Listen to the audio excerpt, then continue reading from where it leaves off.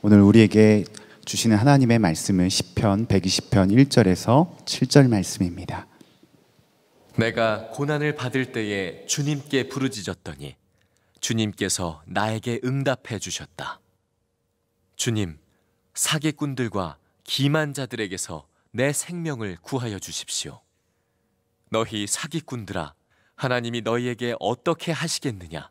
주님이 너희를 어떻게 벌하시겠느냐? 용사의 날카로운 화살과 쌀이나무 숯불로 벌하실 것이다. 괴롭구나. 너희와 함께 사는 것이 메색 사람의 손에서 나그네로 사는 것이나 다름없구나. 게달 사람의 천막에서 더부살이 하는 것이나 다름없구나. 내가 지금까지 너무나도 오랫동안 평화를 싫어하는 사람들과 더불어 살아왔구나. 나는 평화를 사랑하는 사람이다. 그러나 내가 평화를 말할 때에 그들은 전쟁을 생각한다. 시편 120편에서 134편까지는 순례자의 노래라고 하는 제목으로 이렇게 묶임이 됩니다. 순례자라는 것은 하나님에 대한 갈망을 가지고 그리고 예루살렘 성전을 향하여 성지 순례의 길을 떠나는 사람들을 말합니다. 그 유대 광야가 상당히 많은 부분이 그냥 광야길입니다. 그리고 고지가 아주 높은 곳에 예루살렘 성전이 있습니다. 그래서 순례자의 여행길은 상당히 고통스럽습니다. 그 험한 길을 가면서 순례자들은 노래를 불렀습니다. 노래를 부르면서 그 순례의 길의 어려움을 이겼습니다. 그 시작이 오늘 시편 120편입니다.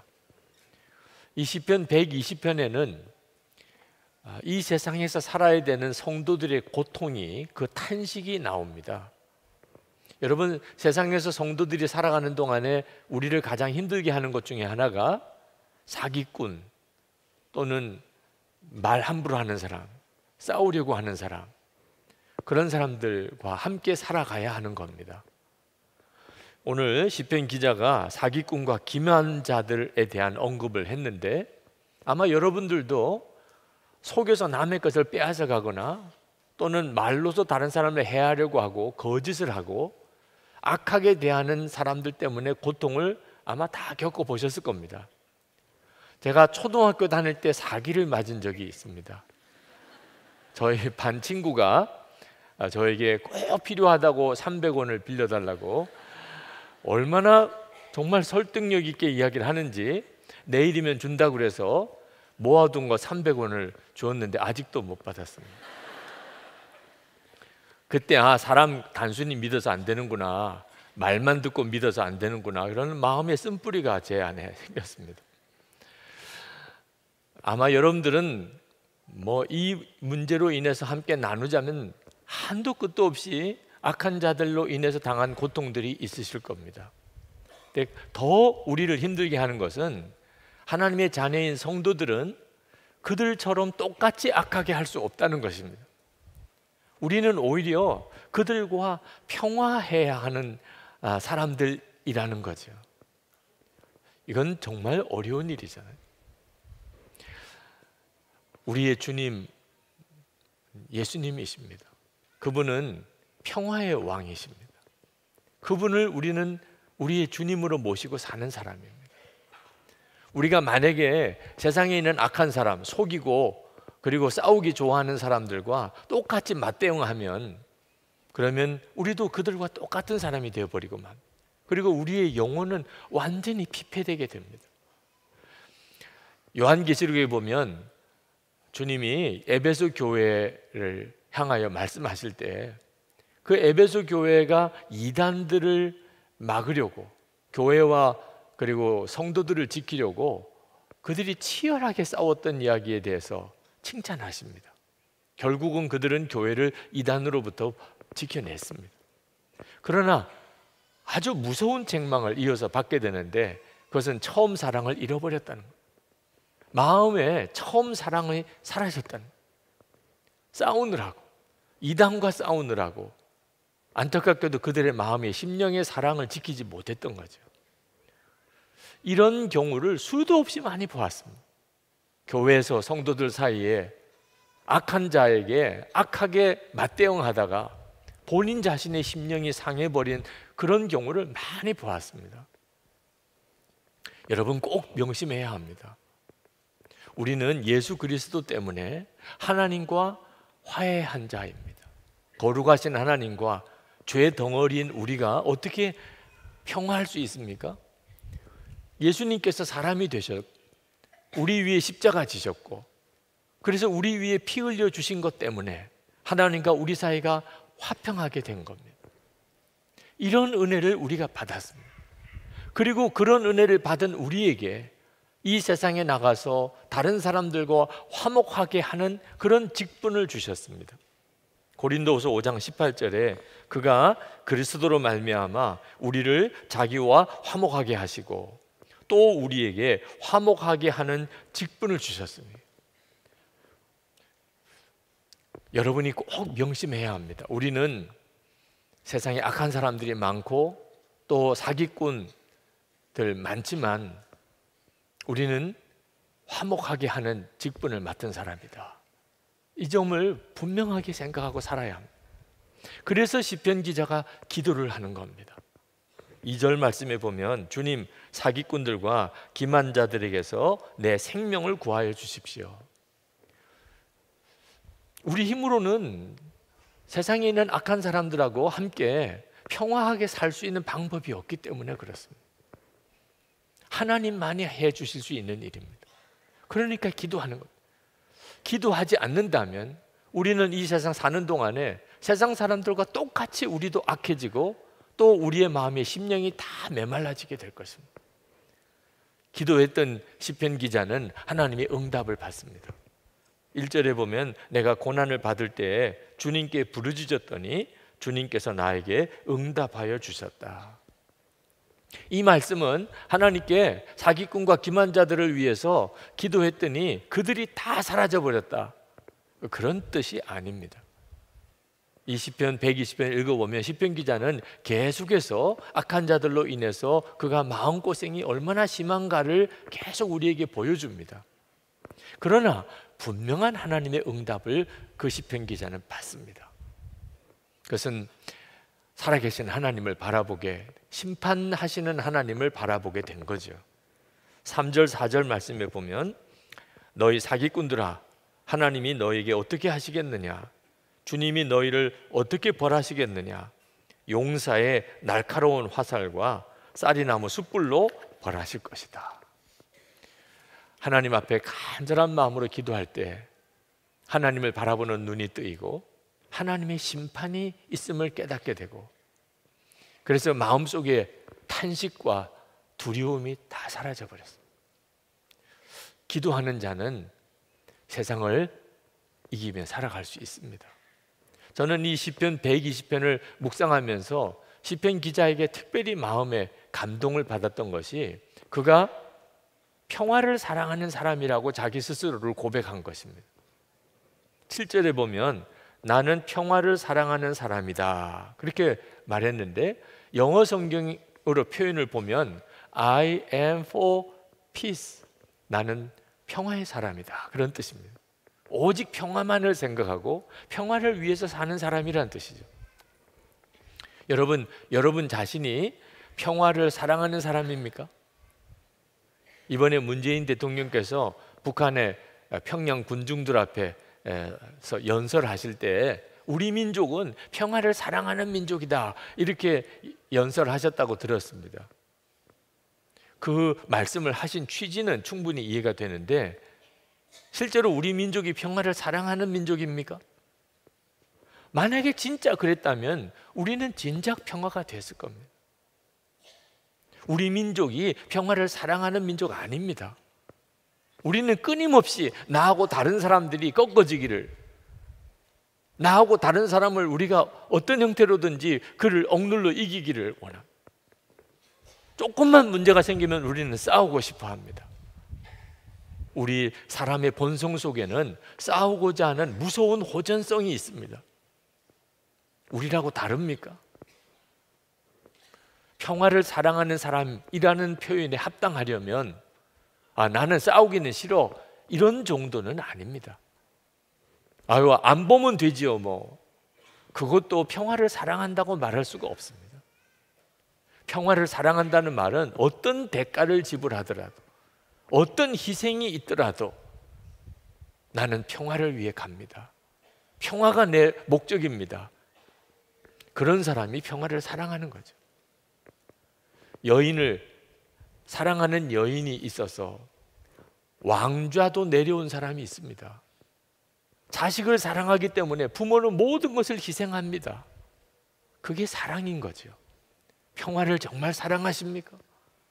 시편 120편은 오늘 하나님의 자녀인 우리들에게 평화를 사랑하는 사람인가를 묻고 있습니다. 여러분은 정말 평화를 사랑하십니까? 시편 기자는 악한 자들 때문에 말할 수 없는 고통을 겪고 있습니다. 그 탄식이 5절 6절에 나옵니다. 괴롭구나, 이렇게 시작합니다. 너희와 함께 사는 것이 메색 사람의 손에서 나그네로 사는 것이나 다름없구나. 게달 사람의 천막에서 더부살이 하는 것이나 다름없구나. 내가 지금까지 너무나도 오랫동안 평화를 싫어하는 사람들과 더불어 살아왔구나. 이 메색과 게달은 아주 호전적이고 싸우는 거 좋아하고 남의 거 뺏는 거 좋아하는 그런 사람들의 상징적인 표현입니다. 이 시편 기자가 그런 사람들과 함께 자기가 살아왔다는 겁니다. 평화를 싫어하는 사람. 우리 사람의 본성 속에 평화를 싫어하는 마음이 있습니다. 싸우려고 하는 마음. 그런 사람들과 함께 살아가는 이 시편 기자가 여러 번 평화를 제의했습니다. 그래서 거절당했습니다. 7절 하반절에 보면 그러나 내가 평화를 말할 때 그들은 전쟁을 생각한다. 자, 이런 상황 속에서 시편 기자가 살았습니다. 그런데도 그는 나는 평화를 사랑한다고 고백을 한 거예요. 그래서 이게 귀한 거예요. 좋은 사람들하고 어울려 지내면서 평화를 사랑한다고 말하기는 쉽습니다. 그런데 악한 사람하고 같이 살아야 되는 그런 형편 속에서 내가 평화를 사랑한다고 말하는 것은 대단히 어렵습니다. 이 시편 기자가 하나님과 늘 동행하는 사람이구나 하는 것에 대한 부인할 수 없는 증거입니다. 여러분, 우리가 예수를 믿고 구원받은 사람이라면 반드시 붙잡아야 될 말씀이 있습니다. 하나는 요한복음 3장 16절입니다. 하나님이 세상을 이처럼 사랑하사 독생자를 주셨으니 이는 그를 믿는 자마다 멸망하지 않고 영생을 얻게 하려 하심이라. 이 말씀 붙잡고 우리는 천국 가는 겁니다. 그러나 여러분, 또 잊으면 안 되는 말씀이 있습니다. 히브리서 12장 14절 말씀. 새번역 성경으로 제가 읽어드리겠습니다. 모든 사람과 더불어 화평하게 지내고 거룩하게 살기를 힘쓰십시오. 거룩해지지 않고서는 아무도 주님을 뵙지 못할 것입니다. 이 말씀을 붙잡아야 돼요. 모든 사람과 더불어 화평하고 거룩함을 지키며 살아야 우리 주님을 뵐 수 있습니다. 화평하기만 하는 게 아닙니다. 거룩함도 지켜야 합니다. 이 말씀은 우리가 싸우지 않기 위해서, 악한 자와 싸우지 말래니까. 그러니까 악한 자가 하자는 대로 하지 뭐. 악한 자가 원하는 대로 가지 뭐. 그러면 싸우지는 않을 겁니다. 그러나 거룩함을 지킬 수가 없습니다. 하나님이 원하시는 길로 갈 수가 없습니다. 예수님께서 마태복음 10장 34절에서 이런 말씀을 하셨습니다. 내가 세상에 화평을 주러 온 줄로 생각하지 말라. 화평이 아니요 검을 주러 왔노라. 아니, 화목하는 직분을 주셨다고 해놓고 평화의 왕이라고 하셔놓고 우리에게 화평을 주시는 게 아니고 검을 주러 오셨다니, 도대체 이게 무슨 말씀입니까? 이 말씀은 악한 자와 타협하고 화평하는 것을 하나님이 원하는 게 아니라는 뜻입니다.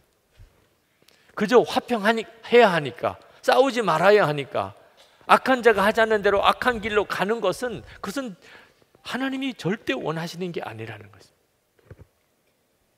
아유, 어떻게 늘 그렇게 거룩하게만 살 수 있습니까? 뭐 어쩌다 보면 죄 지을 때도 있지요. 아마 여러분 중에는 그렇게 생각하시는 분이 있으실 겁니다. 그런 분에게 제가 다시 질문 드려보겠습니다. 그저 한두 번 바람 피는 거 괜찮지요? 썩 마음에 아니라고 생각이 드시는 분, 우리 주님이 똑같은 마음이십니다. 우리가 우리 마음에 분명한 태도를 가져야 합니다. 그래야 하나님이 우리를 거룩하게 살게 도와주실 수 있습니다. 아니, 그러면 어떻게 모든 사람과 화평함을 이루고 또 거룩함을 지키며 살 수 있단 말입니까? 여러분, 말씀을 정말 믿어야 합니다. 성경에 그렇게 말씀하셨잖아요. 모든 사람과 화평하고 거룩함을 지키라. 그 말은 그렇게 살 수 있다는 뜻이죠. 만약에 그렇게 살 수 없다면 이렇게 말씀하셨을 리가 없는 거잖아요. 예수님께서 제자들을 위해서 마지막 기도를 하실 때 요한복음 17장 15절에서 이렇게 말씀하셨습니다. 내가 비옵는 것은 그들을 세상에서 데려가시기를 위함이 아니요 다만 악에 빠지지 않게 보존하기를 위함이니이다. 우리 주님이 원하시는 것은 우리를 이 악한 세상에서 빨리 데려가시는 게 아니라는 것. 우리를 이 악한 세상에 그대로 두시려고 하신다. 다만 악에서 빠지지 않도록 우리를 보존하시려고 하나님께 기도를 하신 것. 그러니 여러분, 악한 자와 함께 있는 바로 그 자리에서 하나님의 말씀이 성취되도록 기도해야 합니다. 그렇게 될 수 있게 주님이 해 주신다는 것. 용서와 화해는 전적으로 하나님이 하시는 일입니다. 근데 그것을 사람에게 용서하는 능력을, 오직 사람에게만 용서하는 능력을 주셨습니다. 요셉이 자기를 죽이려고 했던 형들 만났을 때 그 형들을 용서합니다. 하나님께서 이 악한 일을 선으로 바꾸셨다고 고백하면서 형제들을 용서합니다. 창세기 50장 20절에 보면 당신들은 나를 해하려 하였으나 하나님은 그것을 선으로 바꾸사 오늘과 같이 많은 백성의 생명을 구원하게 하시려 하셨나니. 요셉이 눈이 뜨여서 깨달았습니다. 하나님은 어떤 하나님이신가? 악한 것조차 선으로 바꾸시는 하나님이시다. 그러고 나니까 형들을 받아들이는데 문제가 없었어요. 여러분, 좋은 사람들하고 함께 어울려서 그저 평화롭게 지내는 것을 자랑하면 안 됩니다. 도무지 사랑할 수 없을 것 같은 사람과 함께 지내고 그들과 평화하게 되어지는 것, 이것이 가장 귀한 것입니다. 저는 요즘 나라를 위해서 기도하면 북한에 대한 생각이 우리 국민들 사이에 너무 골이 깊게 갈라지고 있는 것으로 인해서 애통함이 있습니다. 너무 달라지고 있어요.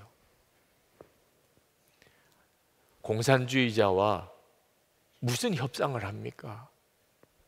도대체 공산주의를 모릅니까? 그들은 협상을 하는 척 하다가 결국은 배신합니다. 실제로 체험했기 때문에 말하는 것입니다. 우리나라가 실제로 겪었기 때문에 그렇게 말하는 것입니다. 또 한편에서는 그렇게 말합니다. 언제까지 우리가 이렇게 살아야 되겠습니까? 6.25 전쟁이 끝난 지 1세대가 지났고 2세대가 지났고 3세대, 이제 4세대가 되는데 언제까지 우리가 이렇게 하고 살아야 되겠습니까? 이제는 그쪽도 대화의 대상으로 인정하고 그들과 대화하면서 평화롭게 통일의 길을 가야 되지 않겠습니까? 그렇게 말하는 사람들도 있습니다. 여러분, 어디가 옳고 어디가 그런 게 아닙니다.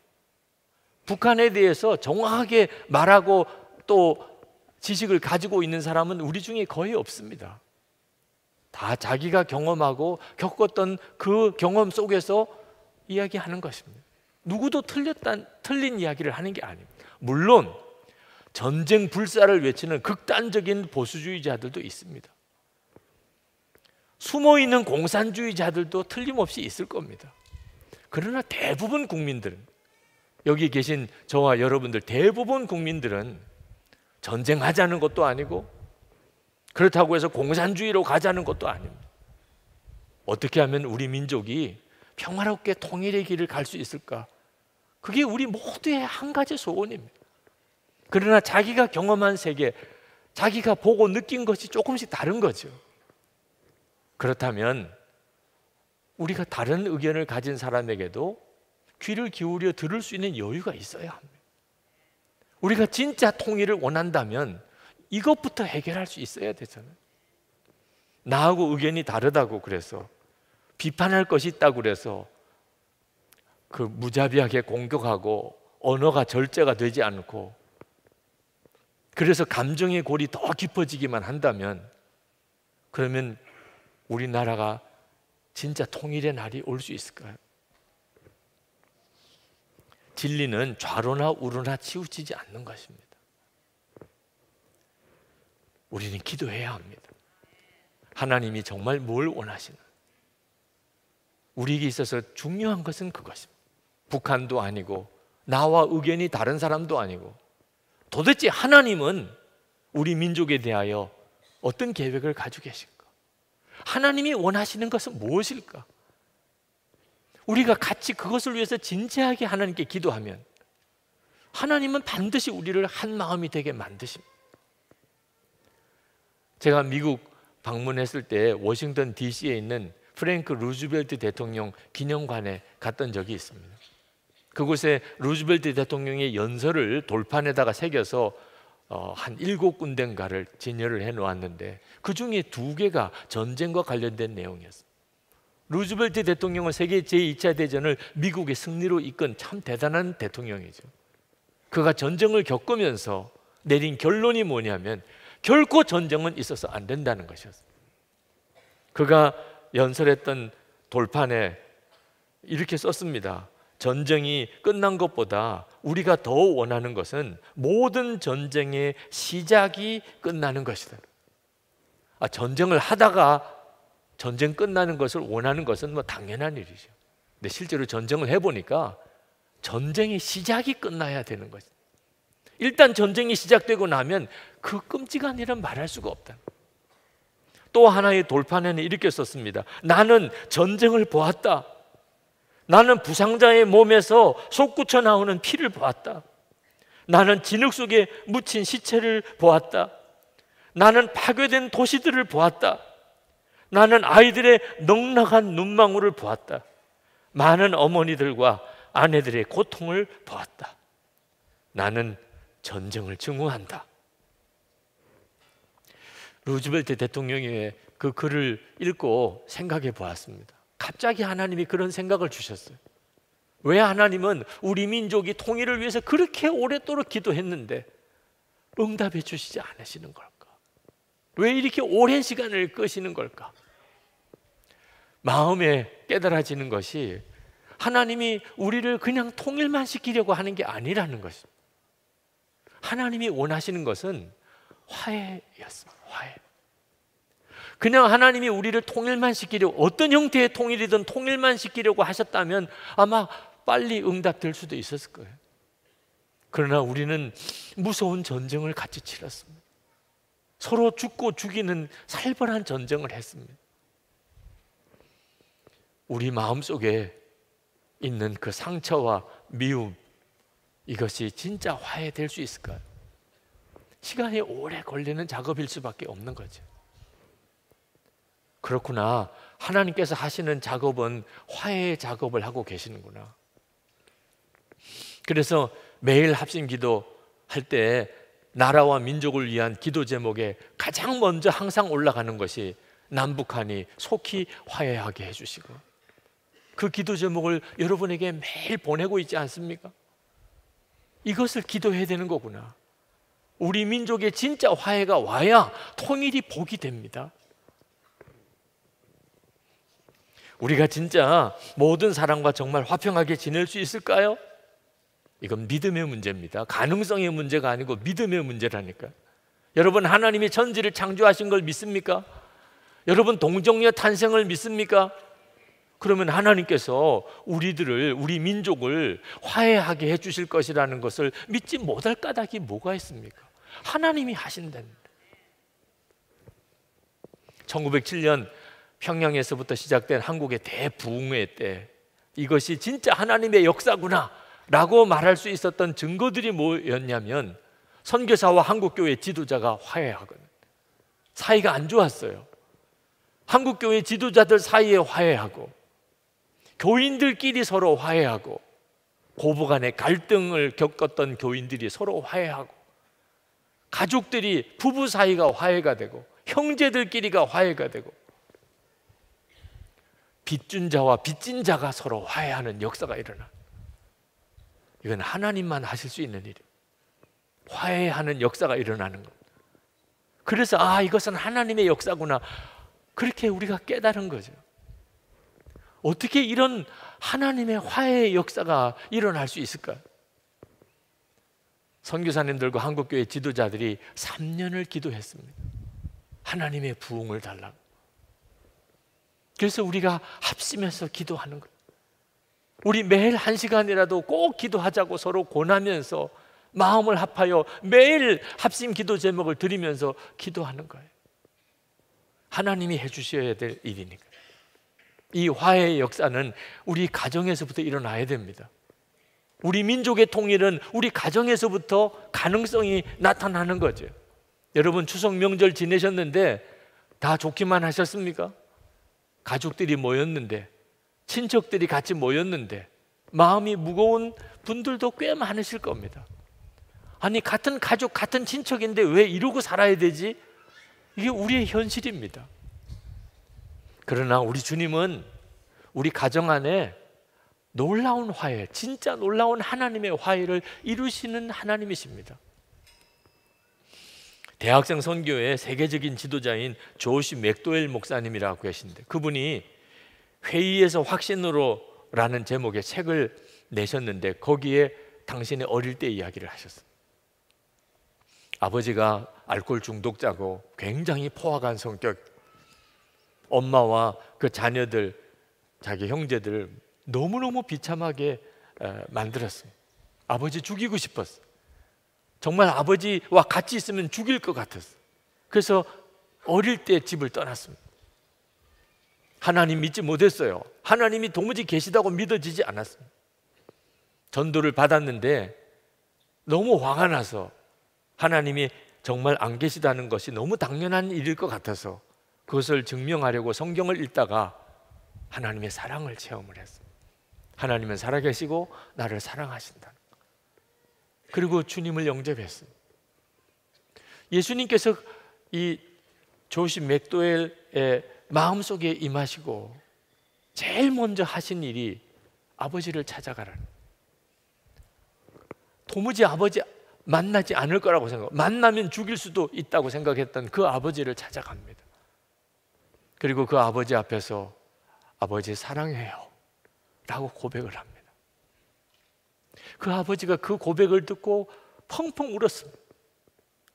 그러면서 이야기를 했어요. 너는 어떻게 나 같은 아버지를 사랑한다고 말할 수 있냐? 그러면서 그 아버지가 그렇게 이야기를 하더래요.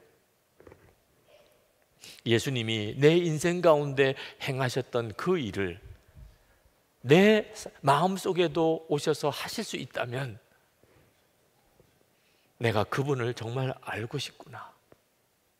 그래서 그날 알코올 중독자고 정말 인격 파탄자 같았던 그 아버지가 예수님을 영접합니다. 그리고 14개월을 더 사셨다는 거예요.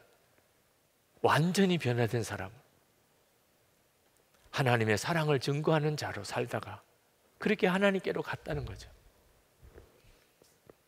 하나님께서 지금 우리 가운데 이루신 일이 평화입니다. 하나님과 우리 사이의 화평, 그리고 우리를 통해서 우리의 가정과 우리의 교회와 우리가 사는 사회와 나라의 민족에 화목해 하는 역사를 이루기를 원하십니다.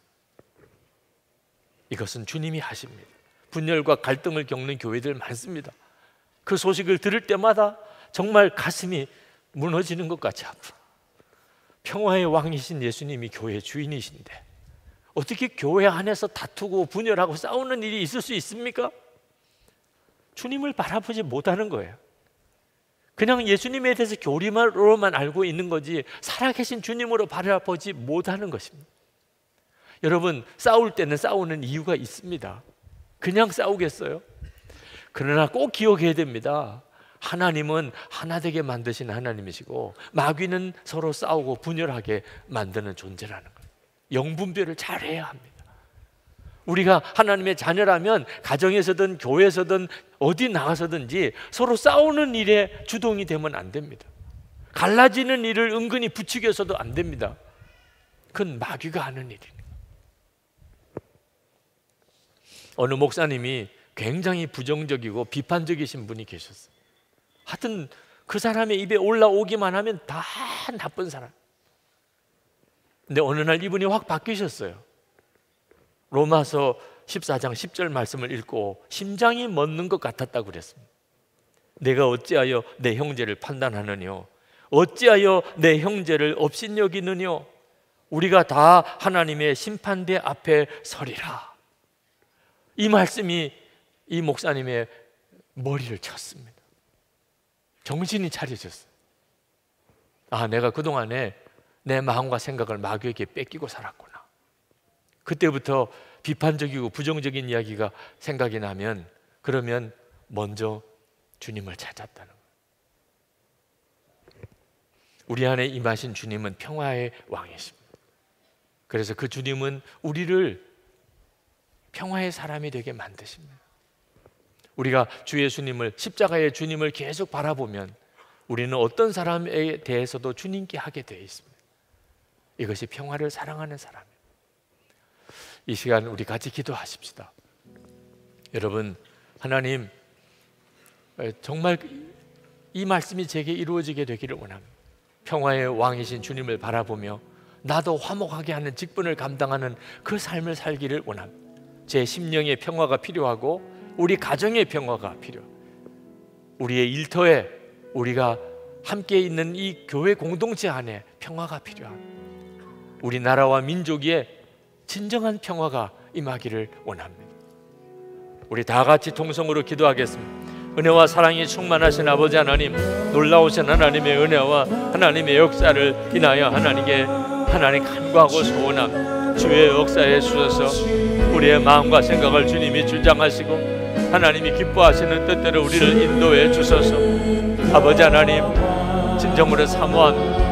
하나님, 주님 앞에 우리의 마음의 중심을 열어 오직 주님 앞에 우리 자신을 드립니다.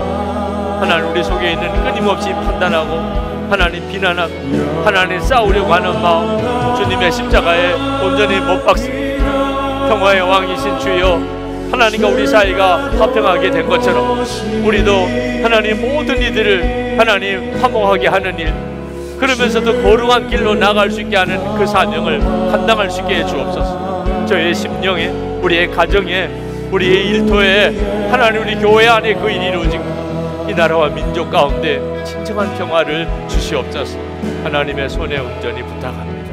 맡깁니다. 아버지 하나님, 저희들의 마음이 요동할 때가 많습니다. 도무지 미워서 견딜 수 없는, 도무지 함께 할 수가 없을 것 같은 때도 있습니다. 악한 사람도 정말 너무 많습니다.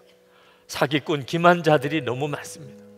한두 번 어려움을 겪었던 것도 아닙니다, 하나님. 그러나 오늘 우리가 주님 앞에 다시 섭니다. 하나님과 우리가 어떻게 화평할 수 있었겠습니까? 주님 때문입니다. 주님으로 인하여 하나님을 아버지라고 부를 수 있게 됐습니다. 우리에게 화목하게 하는 직분을 주셨다고 하셨으니 시편 기자처럼 나는 평화를 사랑하는 사람이다, 그렇게 외치며 살 수 있게 주님 역사해 주옵소서. 우리의 마음의 심령에, 우리의 가정에, 내가 일하는 일터에서, 우리가 함께하는 교회 공동체 안에, 그리고 이 나라 민족 가운데 하나님, 우리가 정말 평화를 이루어내는 자로 그렇게 주님 쓰임 받기를 원합니다. 항상 주를 바라보게 하소서. 오늘도 하나님께 나와 예배하고 정성을 다해서 하나님께 예물을 봉헌하는 성도들이 있습니다. 우리의 예배를 받으소서. 우리의 감사를 받으소서. 우리의 사랑을 받으소서. 우리가 살아가는 내내 주를 그렇게 바라보며 주님을 주목하며 예배자의 삶을 살게 하여 주옵소서. 우리가 어디서든지 화해자가 되고 화목하게 만드는 자가 되고, 그러면서도 주위 사람들을 거룩한 길로 가게 만들게 그렇게 역사해 주옵소서. 우리의 능력이 되어 주소서. 오늘도 하나님께 예배하고 감사하는 성도들 위해 주의 치유하심을 허락해 주소서. 주의 손을 얹어 저들의 연약한 육신이 깨끗함을 받게 해 주옵소서. 성도들의 기업의 어려움을 아시는 주여, 오늘도 주께 부탁합니다. 성도들이 먹고 있고 사는 삶을 주님이 지켜주소서. 베풀고 돕고 나눌 수 있게 해주소서. 우리의 자녀들을 기름 부어 주소서. 하나님 앞에 더 귀하고 존귀하게 쓰임 받도록 우리 자녀들 위해 하나님의 은혜를 더하소서. 하나님, 아직도 북한에는 억류된 주의 종들이 있습니다. 김국기 목사님, 김정욱 목사님, 최충길 선교사님 속히 풀려나게 해주소서. 중국의 탈북자를 돕기 위해 사역하다가 감옥에 들어있는 온성도 목사님 속히 풀려나게 해주소서. 지하교회 성도들, 정시범들, 억압 중에 있는 북한에 고통당하는 주민들, 북한 안에 변화의 증거가 나타나게 해 주시옵소서. 세계 열방의 선교사님들, 하나님 그 마음의 심령에 주님이 놀랍게 임하소서. 힘들고 어려운 처지와 여건, 환경 속에 있습니다. 특히 사람들과의 관계에 은총을 더해 주시기 원합니다. 우리 주님이 주의 종들의 심령에 충만하며 가정 안에 충만하게 하시고 어떤 사람도 품을 수 있는 사랑, 모든 이들과 화평함을 이루는 십자가의 능력이 나타나게 해 주시옵소서. 주 예수 그리스도 이름으로 간절히 기도합나이다. 아멘. 우리 다 일어나셔서 찬양하겠습니다. 주는 평화 찬양하겠습니다.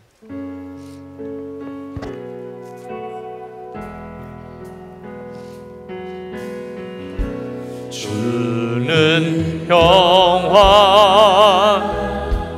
맡긴 담을 모두 거셨네.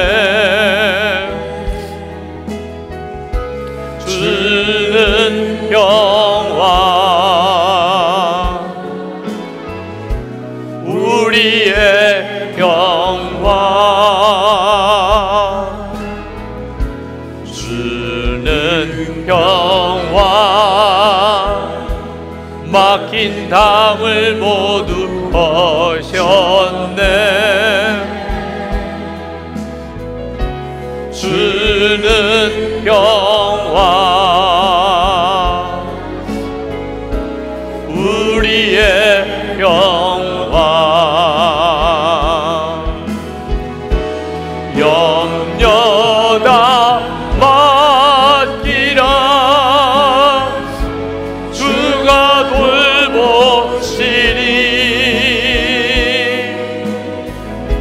주는 평화 우리의 평화. 염려 다 맡기라. 주가 돌보시니. 주는 평화 우리의 평화.